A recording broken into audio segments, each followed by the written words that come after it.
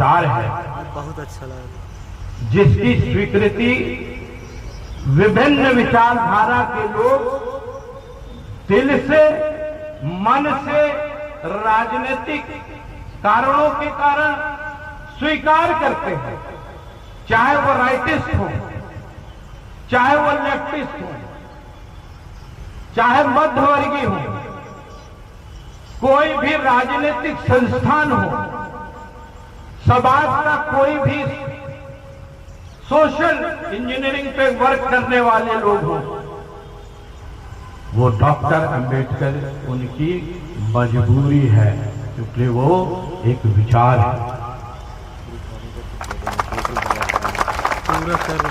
Nelson Mandela के बाद या मैं तो डॉक्टर अंबेडकर को उनसे भी ऊपर रखता हूं। और यहां जब इस बात की चर्चा होती है कि मेरे साथ ऐसा हो गया, मैं यूं था इसलिए जो मुझे यूं कर दिया गया, मैं ऐसा था इसलिए मुझे यहां बैठा दिया गया, मैं ऐसा था इसलिए वो खड़ा नहीं हुआ,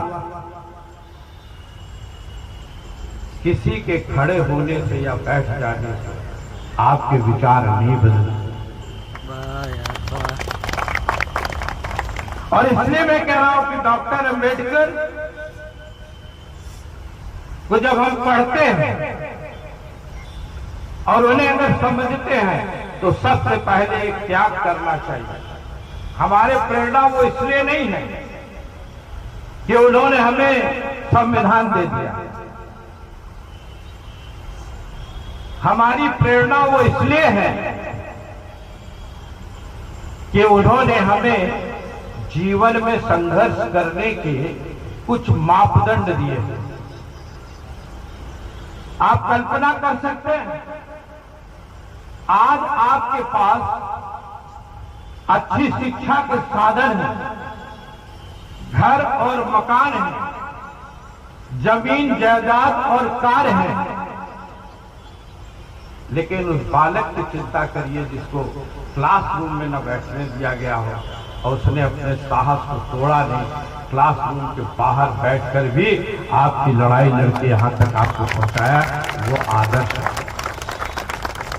मैं ये नहीं कहता कि सब डॉक्टर अंबेडकर बन जाएंगे, क्योंकि महापुरुष कभी कतार ही पैदा होता, लेकिन अगर उनके विचारों को पढ़ने, हम ऐसा नहीं कहते कि यहां जितने लोग बैठे हैं उन्होंने डॉक्टर अंबेडकर को नहीं पढ़ा हो, जरूरत से ज्यादा पढ़ा हो, लेकिन पढ़ना, ग्रहण करना और समझना और समझकर अपने जीवन में उसको उतारना एक अलग बात है। अगर डॉक्टर अंबेडकर के पढ़कर अगर 1% भी अपने जीवन के अंदर कोई चीज उतार लेंगे तो आपका जीवन सफल हो जाएगा। अभी किसी वक्ता ने उस बात का जिक्र किया,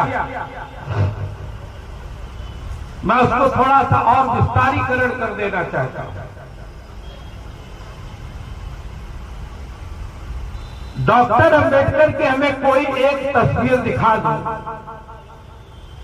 जिसमें डॉक्टर अंबेडकर कैजुअल ड्रेस में, या तो कोट पैंट और टाई में दिख रहे होंगे, नहीं तो अचकन में दिख रहे होंगे, शेरवानी में दिख रहे होंगे। इसका मतलब क्या है? हमें पहले अपने आप को वेल ड्रेस्ड होना चाहिए, दिखना चाहिए कि यस, हो सकता है कपड़े फटे हो लेकिन धुले और प्रेस तो हो सकते हैं। टाई पहन रहे हैं तो टाई का बटन बंद होना चाहिए। मेरे पास बहुत से जुडिशियल अफसर आते हैं, कभी कतार ये सोच के कि हमारे वर्ग के अपने आप चले आते हैं। एक को मैंने डांटा भी, वो टाई पहन रखे, ऊपर वाली टाई छोटी और लंबी, नीचे वाली टाई लंबी। मैंने कहा यही सब है। अपनी वाणी पर संयम, कड़वी सी कड़वी बात कितने विनम्रता से, कितनी सहजता से आप प्रस्तुत कर सकते हैं, यह प्रेरणा डॉक्टर अम्बेडकर। एग्रेशन नहीं चाहिए हमेशा, उग्र होकर आप सारे काम नहीं कर सकते। और अगर ये होता तो 200 लोगों के बीच में एक अनुसूचित वर्ग का आदमी या दो थे, शायद मुंशी उनका था, ये सारे लोगों को सजो के चले कैसे? वाणी पूरे डिबेट को आप सुन डालिए। अब तो सारे यूट्यूब पे आ गए, 7 बैलून के अंदर उसकी व्याख्या की गई। उसके डिबेट्स को आप सुनिए। डॉक्टर अम्बेडकर ने कोई भी शब्द ऐसा चयन नहीं किया जिससे किसी को सीधी तौर पर पीड़ा पहुंचे।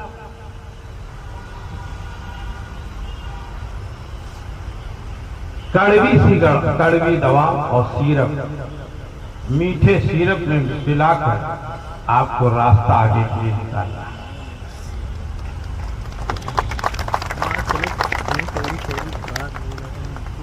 और जब हम डॉक्टर अम्बेडकर की आगे चलते हैं तो एक बड़ी सी बात है,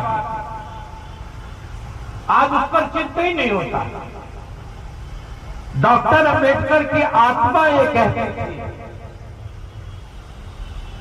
कि मुझे वर्ग विहीन, क्लासलेस सोसाइटी की जरूरत है, जहां ऊंच नीच नहीं हो। जब हम कहते हैं ऊंच नीच तो क्लास की बात हम करते हैं। उस क्लास में वो भी आते हैं जो उद्योगपति, शोषणवादी है क्या, जो पैसे से सामर्थ्य है वो निर्धन पर अत्याचार करने से कभी भी बाज नहीं आता। तो क्लासलेस सोसाइटी की जब हम कल्पना करते हैं तो अगड़ा पिछड़ा मात्र नहीं है, वो एक सोशलिज्म भी है कि अर्थ की व्यवस्था में हमारी सहभागिता कितनी होगी।